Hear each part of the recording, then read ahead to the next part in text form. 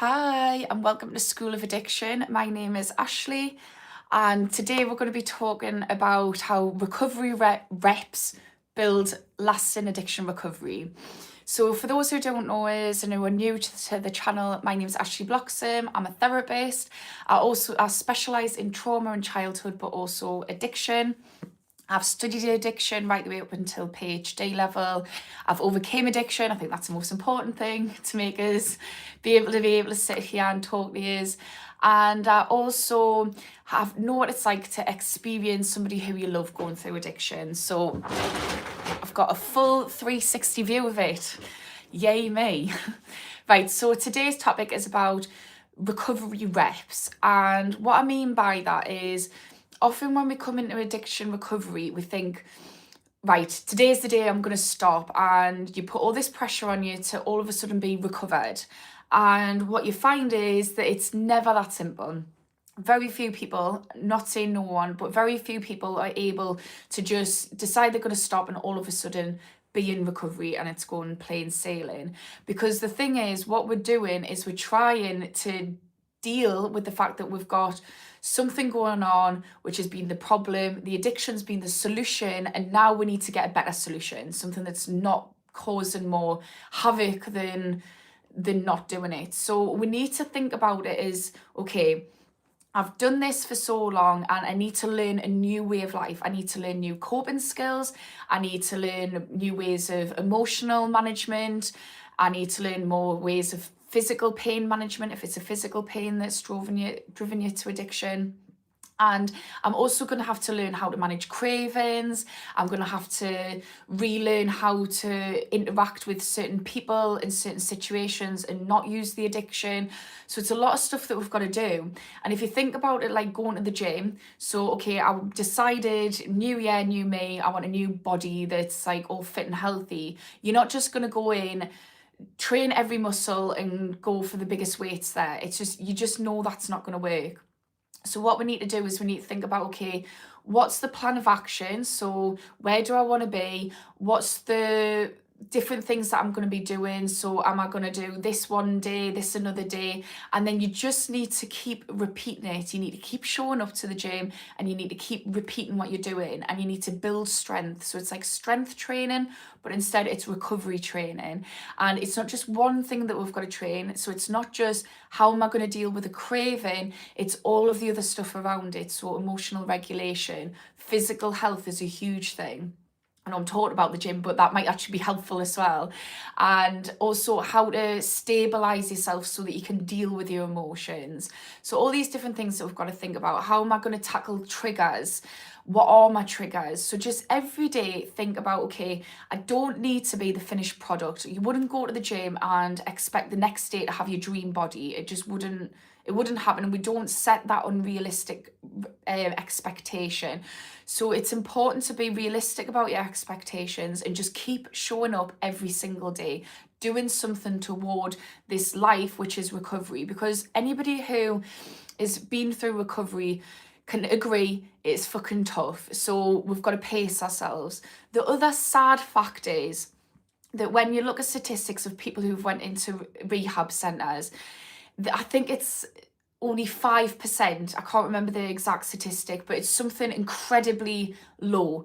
But we'll use 5% as an example. Only 5% of people are actually able to maintain their recovery for a year. And if we look at people who say, okay, I'm going to go to the gym and I'm going to turn up every day, if we overdo it, it's not sustainable. So we need to make sure that we're pacing ourselves and that we're in it for the long haul. Not, I'm just going to go hard or go home. We need to think, okay, what am I going to just do every single day to make this manageable and sustainable? Because the sad truth is, recovery isn't that sustainable for a lot of people. And I think it's often because we just think, okay, I'm just going to go and I'm going to learn all these skills to stop the cravings. And that's not the case. We need to be working every muscle. We need to be doing it in repetition, and we need to be just keep at it, slowly but surely chipping away and getting to the life we want.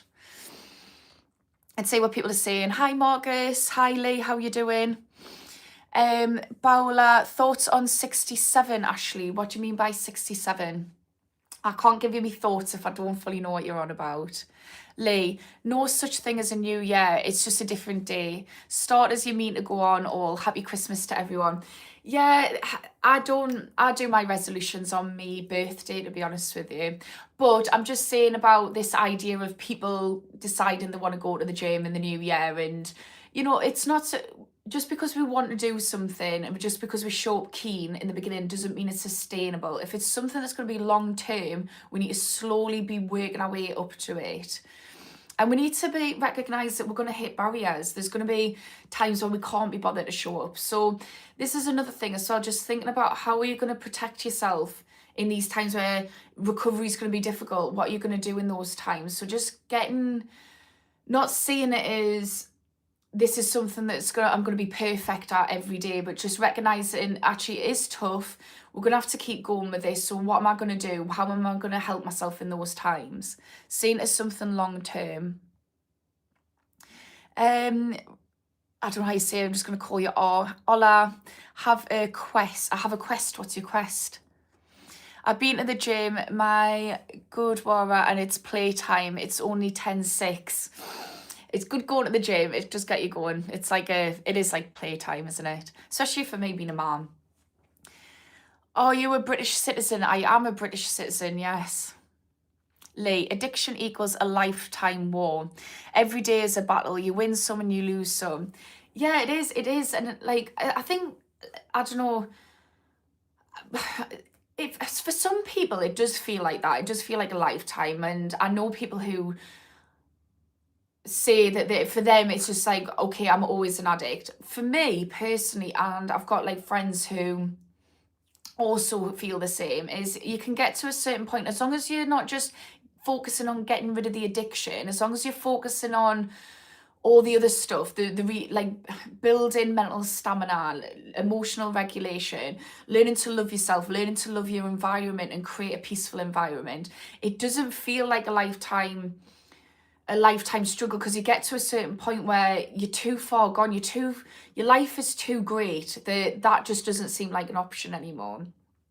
But there are people who don't experience that. I get that. But I wonder, with the people who struggle with it, how much are they working on the other stuff? Because often we just think, okay, we just need to treat the addiction. And I think this is a big failing, and it's a common failing, but it's a big failing where we just think, let's just deal with the addiction, let's deal with the cravings. And actually we're not dealing with the reason why we're addicted in the first place. We're not dealing in making our lives so bulletproof that addiction just isn't an option. And anybody who I know who's relapsed after a long period of time, it's because their life's been destabilized.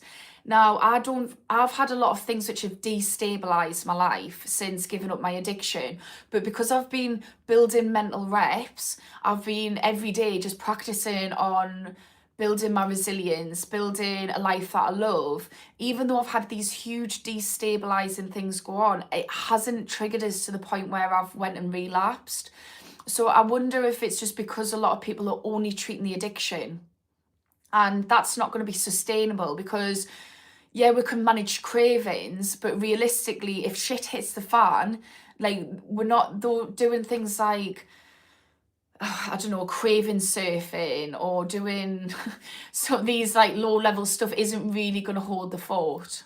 And this is the thing why people relapse in Christmas and stuff like that, because sometimes we'll have a huge trigger and we're not ready for that. So it is really about not just treating the addiction, but building resilience, building self-love, and building a life which is peaceful and full of lovely, supportive people.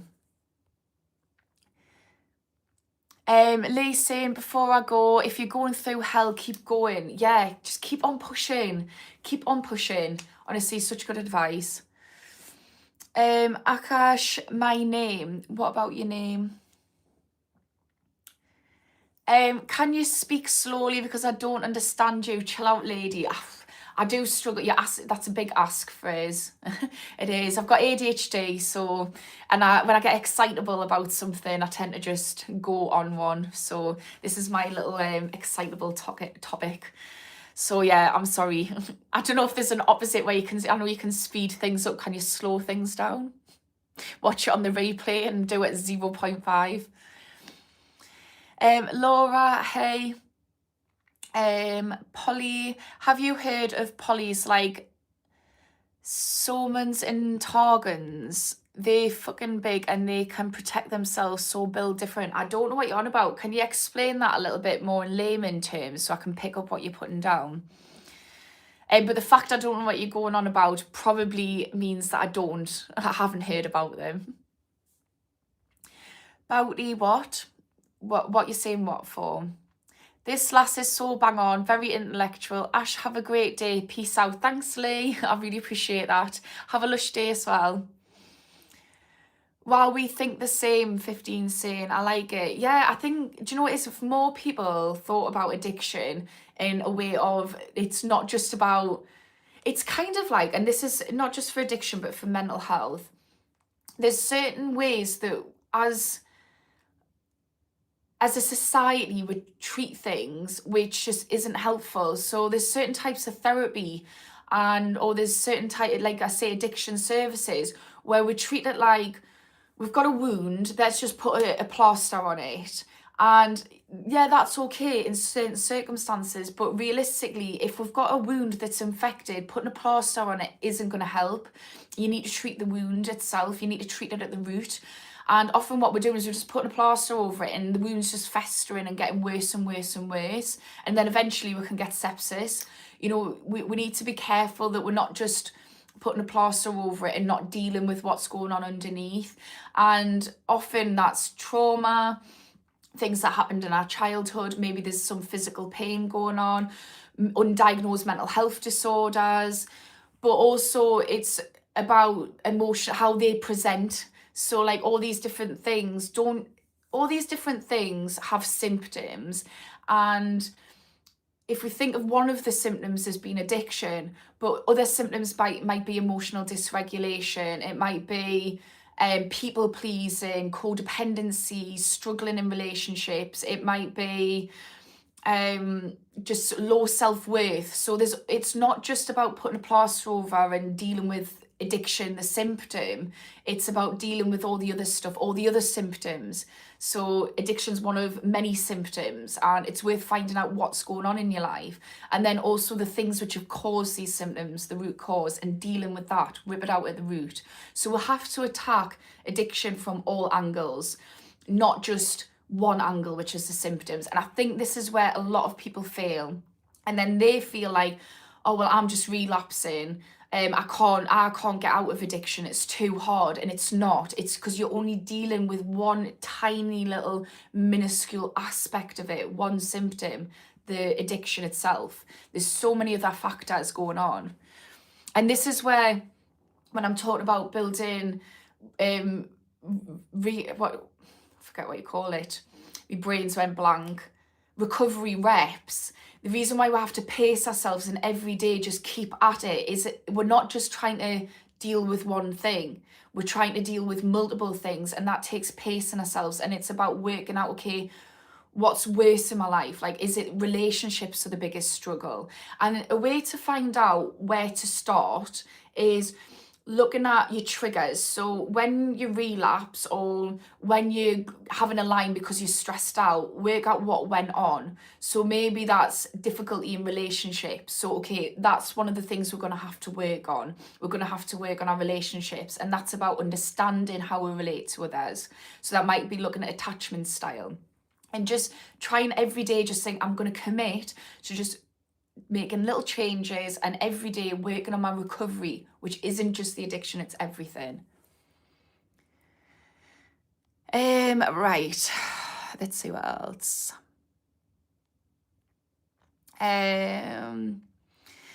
Keep going, thank you. Fane, your bangs are great and you look gorgeous. Have a nice day, thank you. W to this girl. I don't know what W is, but I'm going to take it as a compliment. Have a good day, girl. Thank you. Addicted or not, you look good. Are you single? I am not single. I'm in a very happy little relationship. But I'm also not addicted. I'm recovered. This is another thing as well. So I just said I'm recovered. Language is so important. So this can be just a little thing that we can work on in our addiction recovery or mental health, is, and maybe even just framing it as that, but I'll not get carried away, I'll go back. So language, the way we talk to ourselves is so important. So how we say things to ourselves or how we choose to interpret things really impacts our mental health. And the other thing I was going to say is, instead of calling yourself an addict and saying like I'm addicted, think about, okay, I've got to work on my mental health. My mental health is struggling, and that is something that I can work on and I can change. Because it's not just focusing on the addiction. So, and it's not labeling yourself as being an addict, once an addict, always an addict. That I just don't believe in that personally. So I'm recovered, but also like I'm struggling with my mental health here. And if we look at it more broadly, then we can start to see that it's a lot more nuanced than just having an addiction. So we can look at, are there any undiagnosed mental health disorders or different things? I'm addicted to Zora, the social network. I've never heard of Zora, but yeah, it's quite common to be addicted to social media. Finn, I think a lot of people know this, but just don't want to because it's too hard to talk about everything. Yeah, it is. And look, we don't need to. It can feel overwhelming when we're like, okay, there's a lot of stuff going on underneath. So it's about finding that balance between not pushing our head under the sand, because that's what addiction is. We're just escaping everything. So it's not about being an ostrich and just putting our heads into addiction, but also it's about not overwhelming ourselves. And this is where I'm talking about pacing ourselves. So if we recognize, okay, to be in a place where I'm struggling with addiction, things have got to be pretty fucked. Like, let's be real. There's a lot of stuff going on. I don't need to deal with everything, but let's pick a place. It's like when, so for me, I've got ADHD, and sometimes I can just, especially if things are going a bit ropey in my life, I can just get a bit chaotic. And when I look around, I'm like, oh my God, my house is a bomb site. I need to sort this out. And that can be so overwhelming, thinking about doing everything. But the best way that you can do it is just pick a place. Like, okay, what am I going to do first? What feels the easiest? And just build momentum and just accept that maybe I'm not going to get it all done today. That's okay. Let's just do one thing, do it well, and praise ourselves for doing that one thing. But yeah, Finn, you're right. It is too hard to talk about everything, and it is easier sometimes as humans when we feel overwhelmed just to bury our head in the sand. And that's where we can continue in addiction. And it's worth saying to ourselves, okay, this is fucking hard. Addiction's hard, but so is dealing with everything else that's got us to the point of addiction in the first place. But pick your hard and then work out ways to make it easy. If you do it, yeah, Finn's just said there, if you do it in healthy steps, it seems to work better. Yeah, just pace yourself little bit by little bit. Just making change, and don't think that, okay, I've stopped my addiction, therefore everything's fine. Like, no, we need to work on things. Just, okay, I've stopped the addiction, great. Let's just maintain recovery now. Like, let's get to a point where we're recovered, which is just little steps. And just keep watching them stack up. And you'll notice it's really difficult in the beginning, but you start to build neural pathways around healing. So if you get into a point where I'm constantly healing and working on myself, you'll start to build neural pathways where that just becomes your way of life. Like, I'm still working on myself now. I quite enjoy it. Here, pronouns are ran through. I mean, I don't really sit here and say me pronouns, to be honest with you. Big Show. I'm a WWE superstar. Big Show. I used to love WWE. I like your eyes. Are you British? I am. I'm from Newcastle, which is north of England. Hi from Greece. Hello to Greece. I've been to Greece a few times. Lovely. I think anywhere that has sun, though, when you're from England, you just like, you should see us when we'll have a little bit of sun, bless for little hearts. I never hear not active addicts call themselves recovered. Yeah, and it's language. Like, if we're sitting here thinking, it's almost like we're sitting here nervous that we're gonna, like, oh, one day I'm gonna slip up. No, like, I've got to a point where you could not pay me to go back. And I know people who are recovered from taking heroin every day and crack most days who have exactly the same feeling. We're sitting there, it's almost like sitting in fear, like, oh God, one day addiction's gonna get us. But if you sit there and think, no, I'm gonna go on this recovery journey, which isn't just about stopping the addiction, but actually working on my quality of life. Like, let's be real, people who are in addiction, in active addiction, the quality of life is going to be pretty shit. And let's be real, there's probably been quite a few shit things which has happened in their life before their addiction. Like, you look at research and it all points towards the fact that addiction is a symptom of something else going on underneath.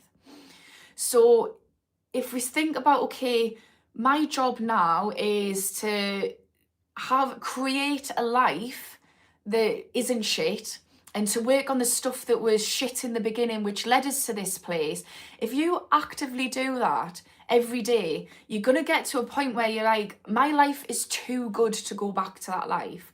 Like, if you're not doing any of that stuff and you've got people in your life who are crap, you hate your job, you don't have a good relationship with yourself, you loathe yourself, then yes, you are likely to sit there in life thinking like, oh, well, I'm once an addict, always an addict, because those situations are likely to put you back into addiction. Like, realistically, if you're not changing your mental health and you're not changing the circumstances in your life, like, you are on a knife's edge.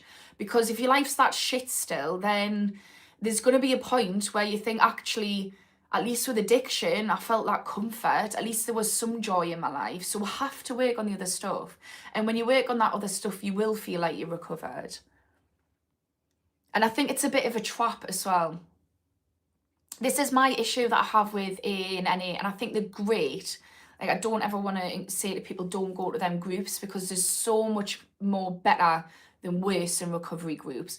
But I hate the way you've got to stand up and say, my name's Ashley and I'm an addict, because I'm not. I'm not an addict. And if you look at counselling, so there's something called NLP, and it really talks about the importance of the language that we use and tell ourselves. If we're sitting there every day saying I'm an addict, we are telling our subconscious that I am an addict, and that's not good. If you sit there and say I'm recovered, then you're telling your subconscious that I'm recovered. So it doesn't align with certain things that I know through counselling.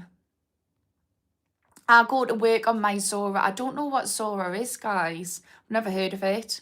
Can someone explain? Yeah, she's from Newcastle. I think the accent from the accent, The Big Show. Yeah, it is a Newcastle accent. So is The Big Show wrestling then? My nephew, his dad does wrestling with children with disabilities. It's so cute. I also know somebody who was, honestly, so he was a ketamine addict and alcoholic, and he does wrestling. And it was one of those people, you know, when you write people off and you just think, I don't know if this person is ever going to be able to recover. I've never seen someone so deep into ketamine addiction and alcoholism, and I genuinely thought he doesn't have that long left to live. And I saw him, I just bumped into him in a complete different city. He said he's going to come on and do a live with us, and he does wrestling. That's his joy. So, like, this is another thing, we can also, like, fill in the gaps of addiction with things that we love. Tony, it's about reprogramming brain chemical detox. Yeah, it is.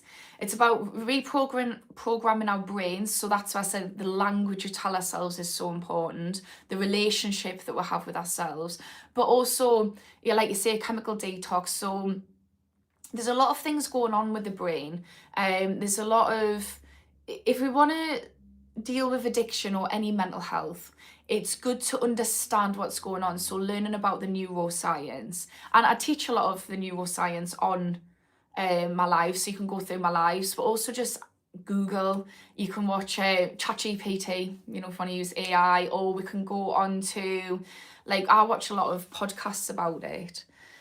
So learning about the chemical side of it, and then also a great place to always start if we're looking at mental health, I would say, is your attachment style.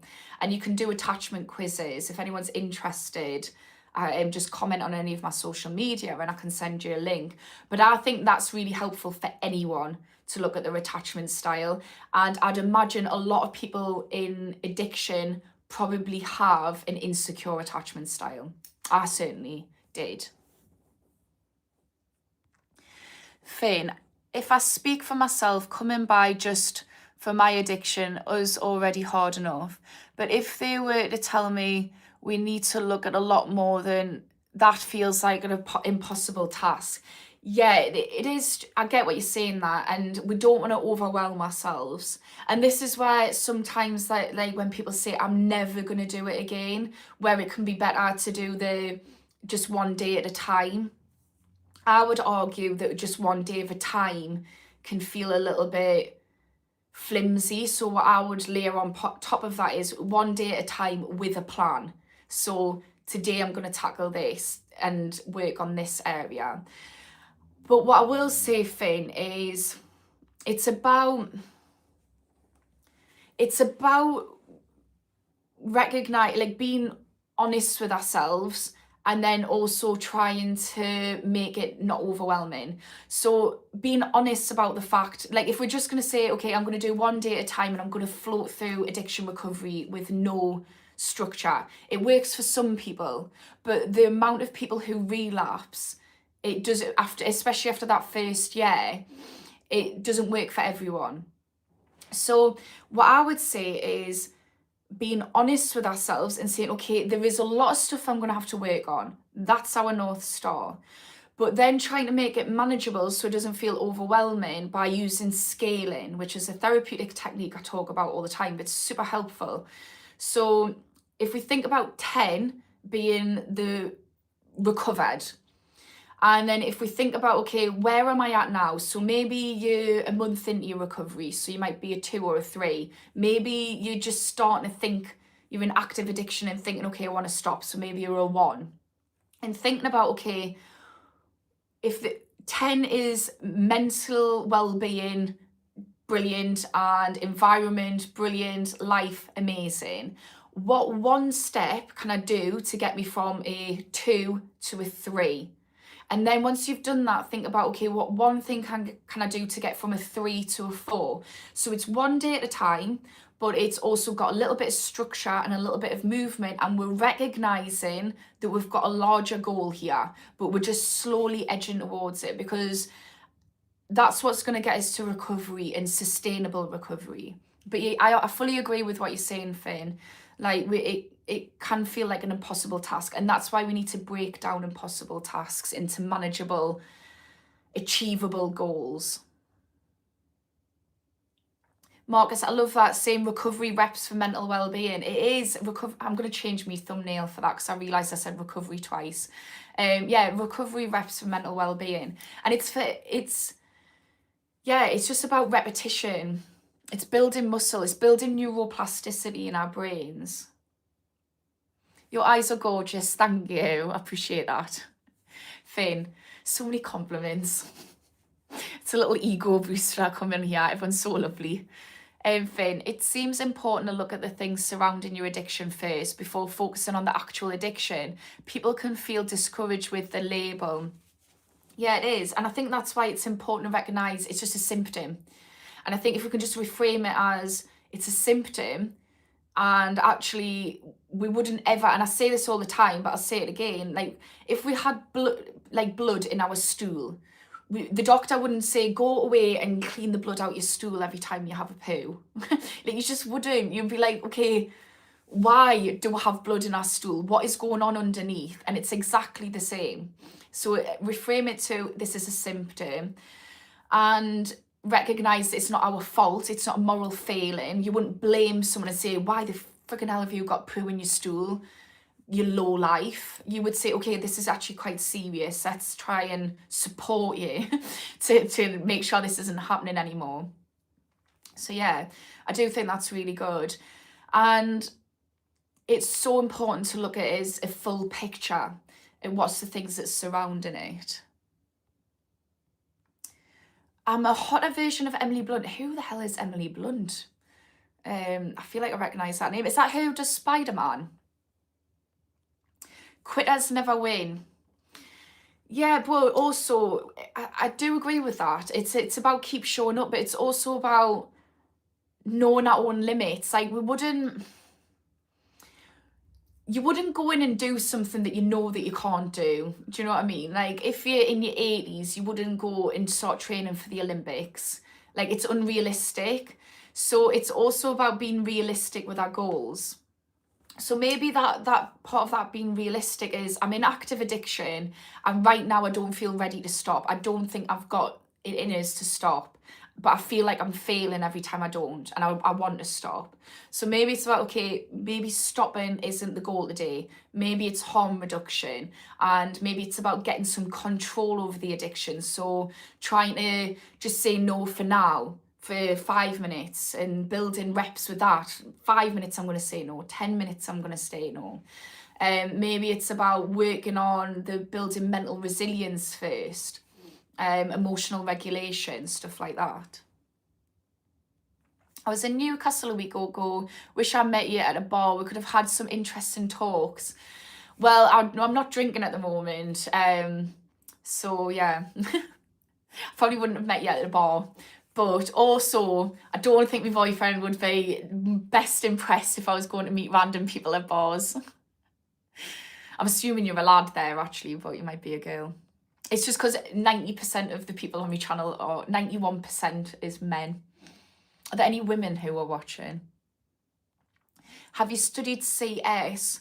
Denda, what is CS? I might have. It might be an abbreviation, I don't know, but I might not have as well. Deathhawk, hello, how are you doing, Deathhawk? It's nice to see you again.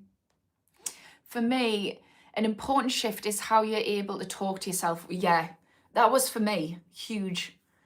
Don't feed into the addiction. You have the courage and the love towards yourself to start making the right steps. Yeah, do you know what is, Finn? Anyone who I know who's feels like they've been successful in the recovery, the recovered, is people who have done exactly what Finn. It's just a common theme where they've learned to love themselves. They learned about themselves. So, you know, if we're gonna say we're gonna deal with, so say we've got an issue, like we get diagnosed with autism.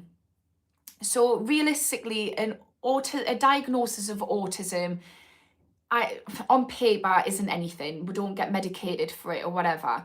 But what a diagnosis for autism does is it allows you the information of, okay, I'm autistic. Then you can start to work with services if you want, but also you can start to learn about yourself. Okay, so I'm going to learn about autism and what that means for me. So part of it is learning about addiction. So why might I have addiction? Not just plastering is a moral failing. I'm not a bad person. I've got an addiction for a reason. So learning about addiction, so on a biological and neurological standpoint from it. So what's going on? Dopamine is a good starting place. Learning to love yourself. And it's okay if I'm got an addiction, I probably don't love myself that much. Because realistically, somebody who loves themselves and loves life isn't going to be sitting there taking heroin every day. Let's be real. So yeah, but it's a common theme, Finn. And hopefully people can think, okay, well, if Finn has learned to love himself and that's working for him, and Ashley's learned to love herself and that's worked for her, then maybe that's a good starting place. I need to learn to love myself. And there's so much stuff out there which is helping you learn to love yourself these days. Jonas, greetings from Athens. Morning, Merry Christmas and Blessed New Year. Yeah, we're all getting close to Christmas. How's people protecting themselves for Christmas? Have we got any things which have helped that people can give as advice for other people with addiction to help with Christmas and New Year. Are you still doing the Sunday podcast? I was meant to be.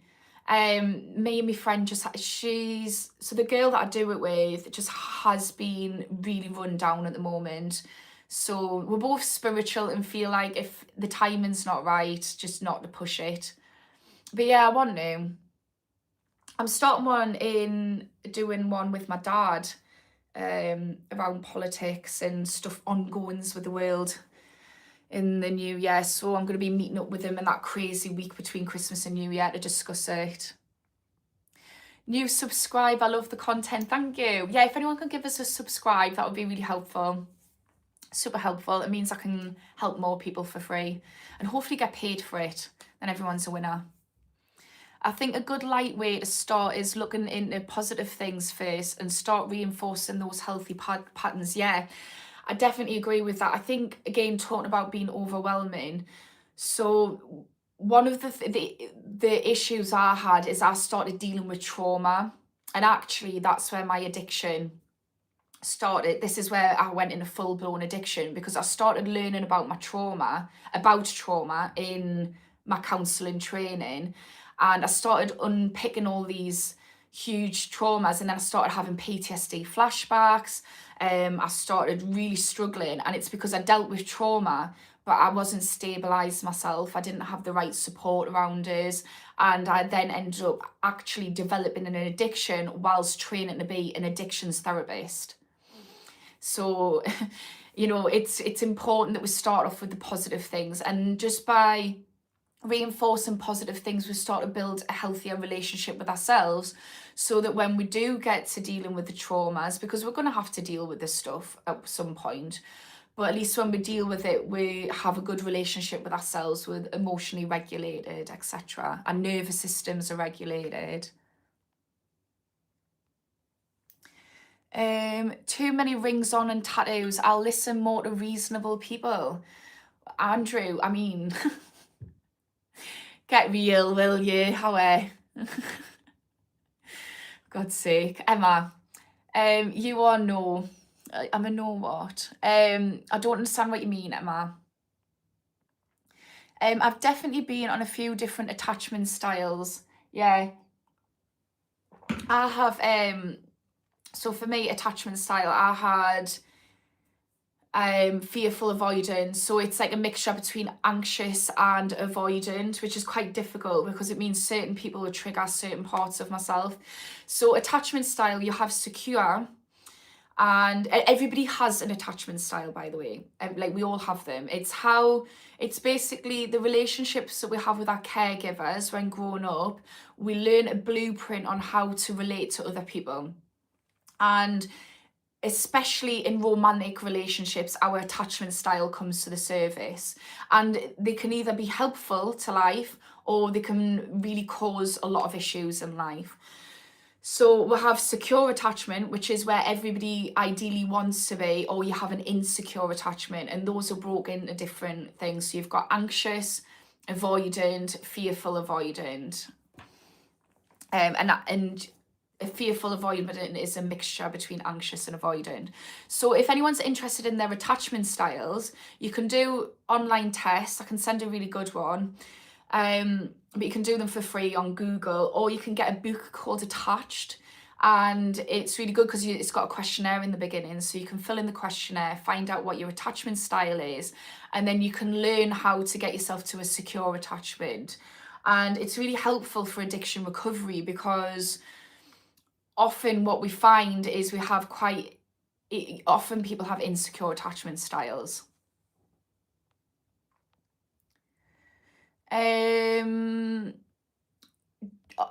Michelle has said, are you a fan of me?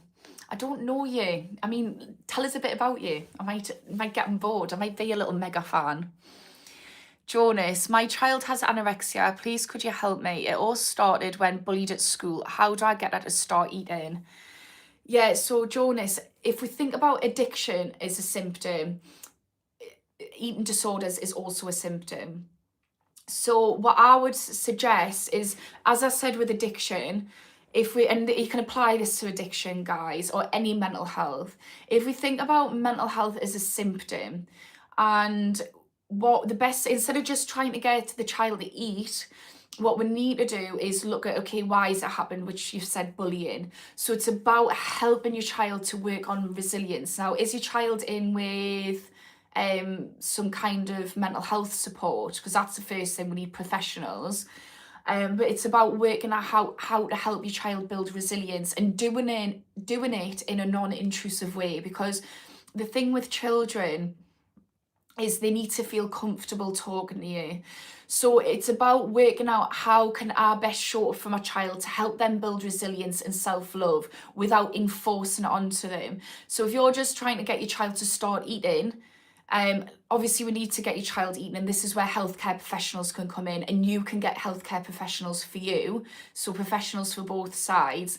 And if you go on my website, I can try and signpost you in the right direction, so I'm happy to help you map this out. My website, if anyone's interested, is schoolofaddiction.co.uk. So it's getting professionals to help both of you, but it's also about creating a relationship where your child feels comfortable to come to you. And it's understandable that your child's felt bullied, that's been a manifestation of that. So yeah, a great thing to help you, Jonas, is AI. So any interaction that you're about to have with your child, hash it out first, because it's a really delicate thing, like tightrope that you're now going to be walking, where you've got to try and not be too intrusive but develop a relationship. There's so many different factors. So AI can be a great support for you to work out how to do it in a way that's going to be helpful to your child. But we can also, like I say, do a free one-to-one and try and get you in the right place. What are you even talking about? So I'm talking about addiction, but also just answer any questions on mental health. I think that mental health and addiction are just the same thing. And also I just recognise that I'm a therapist, and although this isn't therapy, if people have got some questions, I can try and give a little bit of, just a little bit of support. I know it's minimal, but it's quite hard to get hold of healthcare professionals at the moment. I'm British, Michelle. XX #1 yapper, yeah. I've got ADHD, so it's part of my hyperactivity. I'm a little yapper. I used to be really embarrassed about it when I was younger, and that carried on. I've done a lot of work on myself, but I used to have I was on school report, like head of year report, for talking too much, and everyone used to get so annoyed with me chatting. And then I just internalised that and thought that I'm annoying to people. Now I've just realised I just need to chat at a screen. Go on go and do something like this, get me hyperactivity out, or find people who enjoy me nattering. Porky, I just got out of rehab last week, 190 days, abstained from my problem substance. I love that for you, Porky.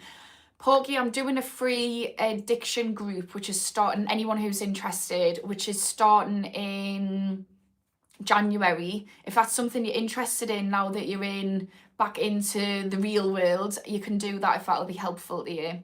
It's all about not just attacking the addiction, but also working on stuff around it, like how to stabilize yourself and see yourself through. So if that's something you're interested in, Porky, let us know. But amazing for 190 days, abstained from my problem substance. And yeah, I wish you the best of luck on your journey, because you've done the hard bit and now it's about reintroducing yourself back into triggers, isn't it?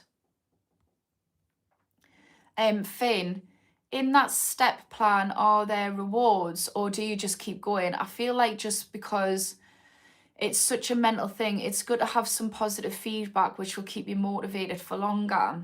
That's an interesting question, actually. For me, the reward has been just stopping and reflecting on how far I've came. So I often do this. I just sit there and look at how far I've came.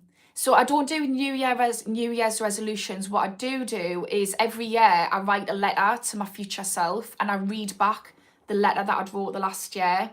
So In the letter, I talk about what I've overcame this year. I give myself a little pep talk if I need it. I talk about like how much I've grown, the things I'm proud of.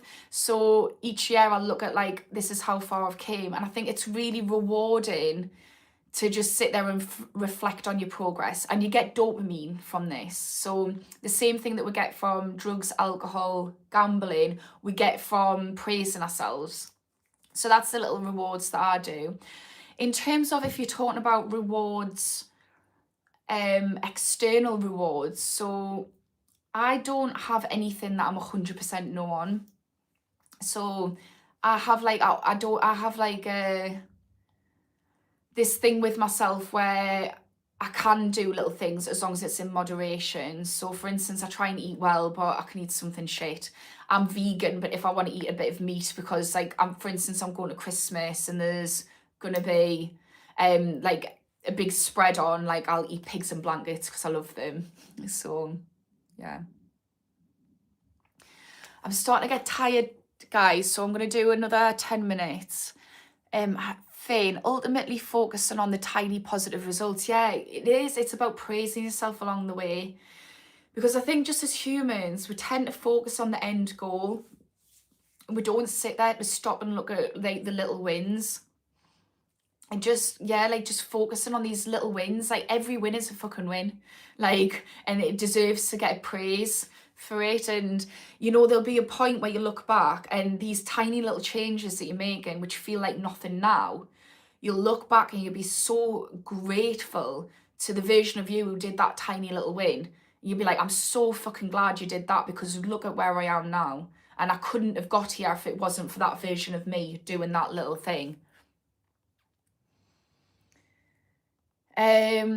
What language am I speaking? English. It's just because I'm a Geordie. It's Roby English. Sounds Irish. No, it's Newcastle. Basically, it's one of them accents which are harder to understand in Britain. I need to go to Britain. Yeah, it's really lovely. I love it. Newcastle's fun. What was my addiction? Ketamine. I was a ket head. Really bad, really bad. It was like really affecting my bladder, actually. I'm quite lucky to have got out when I did, because I know people who end up having to get catheters for it. Henry, my best way is just working out. Yeah, working out. Physical exercise is so important for addiction recovery, and it doesn't need to be like full workout, you know. It can just be anything, any kind of activity, physical activity. We're getting endorphins, we get dopamine from it. Like, it's so good for us. Everyone says that to us. Why does everyone get us to say, can you please say bottle of water? Why? What is it about bottle of water? Or unless it's just you coming on and saying it all the time. Tom, why did the chicken cross the road? How are you then? Let us know. Hi Lulu, how you doing? Morning Ashley. I think I have PTSD with my family, so I've decided this year I'm spending a few hours at my brother's and then I'm coming back home.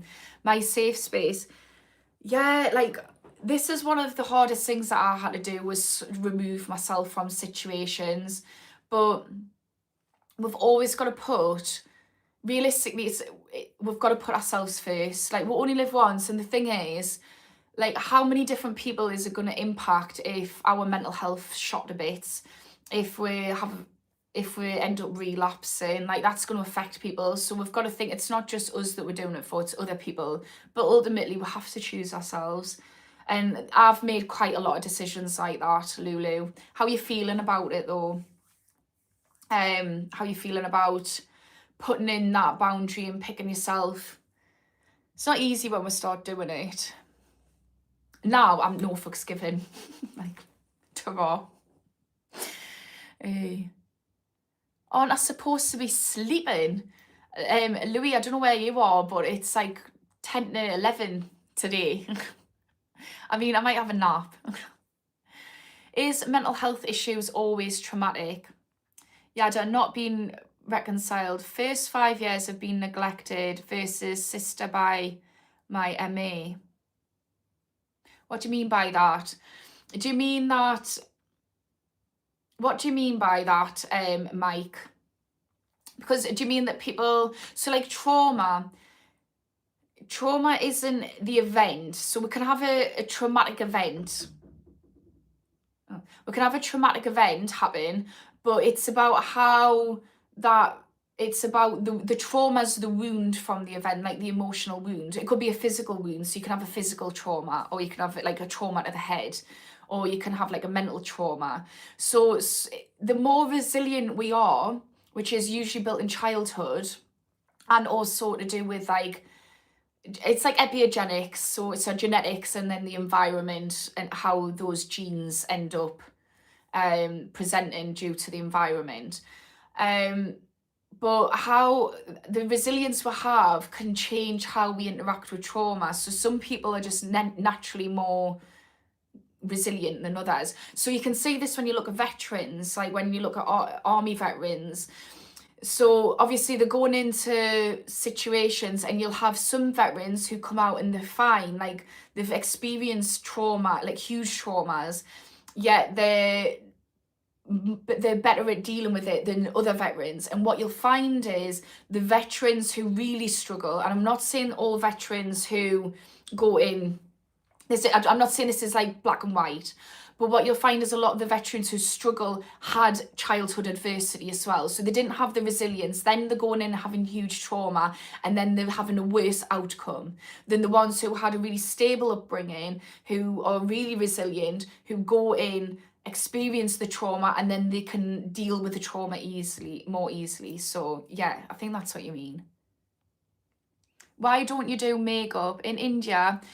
Whenever girls come live, they come after doing makeup. I've got a little bit of makeup. I like doing a little bit of makeup. It's my morning routine. I like doing like my skincare and stuff. It makes us feel calm and relaxed, but I don't want to change the way I look. That's the main thing. I don't. So yeah. I do it for me, not I try to like I don't wear mascara and stuff. I try to be close to my natural self, but I just find it really soothing and relaxing as well. Finn, really learning about attachment styles also helps the people around you. Yeah, family and partner, but also friendships benefit from your self-reflection, especially if your style is negative, being that it might be unhealthy for yourself. Yeah, look, if we start working on ourselves, attachment styles is a great place to start. There's loads of different things. You can just pick a place to start. Like I said, if our house is a mess, we don't tidy it all up in one blink. Pick a place to start and just keep working through it, and take breaks if you need to. But everyone's going to benefit. The only people who aren't going to benefit are the people who are benefiting from you being small. The people who are benefiting from you not having boundaries, who are benefiting from you being a people pleaser. They're the only people who aren't going to benefit. And realistically, they are not the people you want in your life. But yeah, it's you're doing not only yourself a service, but others a service. If everybody worked on emotional intelligence, worked on self-improvement, we would live in a very different world. And we're starting to see it. Like, people are starting to work on this. Like, it's a collective consciousness. We're all starting to self-actualize. And we're starting to see changes in the world. Like, if we all keep working on that, we're going to live in a better world, 100%. Right, I'm gonna do 2 more comments. If anyone has done a comment though and I haven't picked it up, just go onto my website, which is schoolofaddiction.co.uk, and I will answer every comment. I only answer on work days, which is Monday, Wednesday, Friday, but I will get back to you. Right, let's see. Yeshua, hi, I'm from New York too, from the Bronx. I love how I've got so many different people from different places on here. I'm also an addict, grew up in foster care. That makes sense. A lot of trauma and depression, and I don't want to use, but my sadness doesn't let me, and I always want to be numb, so I get high to escape reality. Yeshua, do you want to have a one-to-one and join my addiction recovery group, which is all going to be about stabilizing yourself enough to get to that point, I think it'll be helpful for you, hopefully. But if you do, just anybody who's wanting support, go to my website, schoolofaddiction.co.uk. I don't charge, so it's free, so don't let price put you off. But yeah, that makes sense. Makes huge sense that you've been in foster care and then you've turned to addiction. I hope even if you don't want the support, I hope you're at a place where you're realising that this isn't my fault, like this is understandable, and all the research shows that you are more susceptible to addiction, so it is understandable that you are where you are. I think a good place to start is to reduce shame around being in addiction, and if you're not quite ready to stop addiction, work on loving yourself and reducing shame. Those two things go hand in hand. And to reduce shame, it's about accepting, of course I'm where I am, of course I've got an addiction. Like there's so many people who have been in foster care, or there's so many people who've, if anybody went through what I went through, they would be where I am. And actually the addiction is been acting as a solution. It's a solution to this problem because, like you say, it numbs you out. It feels like it's a way to escape reality. So actually your addiction is doing you a favour. The thing is, we need to stabilize yourself enough so that you don't need to use the addiction as a crutch, and we need to get you to a place where, okay, I can start to deal with it in healthy ways. I'm going to have better tools to deal with it. I'm going to do one last comment, because what I don't like doing is staying when I start to get tired, because I don't want to be giving you bullshit answers. I don't think that's very ethical. So I'll do one last comment. I'll go to the middle. Let's see. Gary King, hello. Your experience is all that matters. Don't let idiotic remarks and people stop you from telling your story. Yeah, it is. This is the thing. Like, I don't know if you're talking about people saying things to me or just in people in general. But yeah, just don't care about people's judgment. Like, realistically, every judgment that somebody makes about you is a projection. So every judgment I make about somebody is a projection. I'm projecting some kind of belief about myself or the world onto them. So if we're judging someone, it's good to reflect on why am I judging them, because it's very human, you know, it's normal. And if someone's judging you, just say this is their psyche. This is their subconscious, not me. So like, just let it fly. This is a you problem, not a me problem. Anyways, it's been lovely to speak to you. Or somebody's saying, do I believe in Jesus? Well, Jesus was a real person. They've proved that. There's a book called Who Moved the Stone. So I do believe in Jesus. There's evidence that he existed.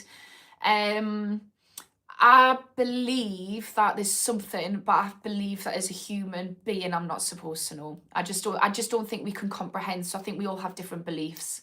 And the reason why is because my grandpa was a vicar and he was so intelligent. And then when I did religious studies, I was like thinking, well, there's like the Buddha, you've got all these like great people who are super intelligent. And I thought, why is one person right and another person's wrong? So for me, I just thought I'm going to sit on the fence of, I believe in something, but I just don't know what. But anyways, yeah, Grady's saying Jesus died on the cross for human sins. That's what they don't know.